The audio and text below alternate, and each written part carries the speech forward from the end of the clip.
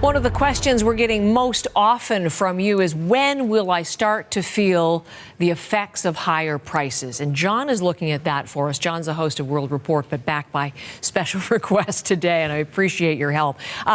Prices, not just on anything, but specifically on cars and parts for cars. So let's take a look at what Tom Kennedy is wanting to know. He's planning on a car purchase. What effect will tariffs have on the purchase cost of the vehicle? Should one purchase sooner than later? So this is a very salient question, because auto industry likely to be one of the first hit and hardest hit. Absolutely. Those parts go back and forth across the border. So a car is not really built in one country or the other. It's built right, including even from Mexico. So we could see a multiplier effect when it comes to bringing those products to market. In terms of the timing of it, well, it's what has been brought across the border since the tariffs took effect. So if it's on the lot now and it's in this country, you might want to go buy it, because prices are arguably going to continue to go up in that for a variety of reasons. Not only the 25% on the finished product, the back and forth charged on potentially material coming back and forth, as well as the raw material itself, the steel and the aluminum, with tariffs applied to that as well. So at every stage of the process, there could be an increased amount of money. And in fact, depending on the car, depending on the model, it could be anywhere from $4,000 to $6,000 to $8,000 to $12,000. I've heard that range too. I mean, the F-150 is so popular, it could be many thousands. So that's right. Get to the lot if you're planning to make a purchase now. Average car price, some $50,000, which is up 20% over the last 5 years already in terms of that. So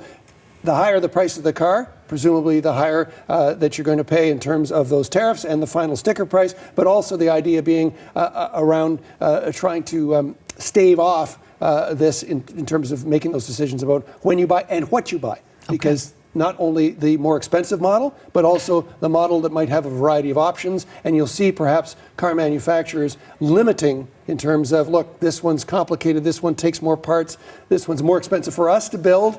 We may find that strip it down a bit. Variety of models available may diminish as well. Okay. So I learned yesterday, talking to Flavio Bolfe, 30,000 parts in the average gasoline-powered car. I mean, that's extraordinary. Fewer when you in think electric, about worth noting, but still, when you talk about this. And Mike Bravener has a question about parts specifically, again, asking John Northcott to break it down, the cost. He took his car in to get some minor repairs, had a lot of things repaired because he figured that tariffs would hike the cost of parts for my car. He's not wrong. Not in the long term, no. And again, a lot of this is going to be, a lot of human factors are going to play into this. For example, we talk about parts. A lot of dealerships have parts on the back shelf. Old parts that have been the new old stock, NOS, as we call it in the car world. You may already have the carburetors and what you need for the car. Again, with the passage of time, you're going to find that those parts run out. They're going to have to order more, and they will be subject to tariffs. Also, something to watch in this is the used car market, because all of a sudden, it's already been bought and paid for in terms of the initial bringing it across the border. So used cars may, in fact, go up in value, and many of us have just recovered from the new car shortage that we had as a result of supply chains coming out of COVID. So something else to watch on that. So the car market is really going to take a lot of different hits, different respects. John, thank you very much, and thank you for those latest questions.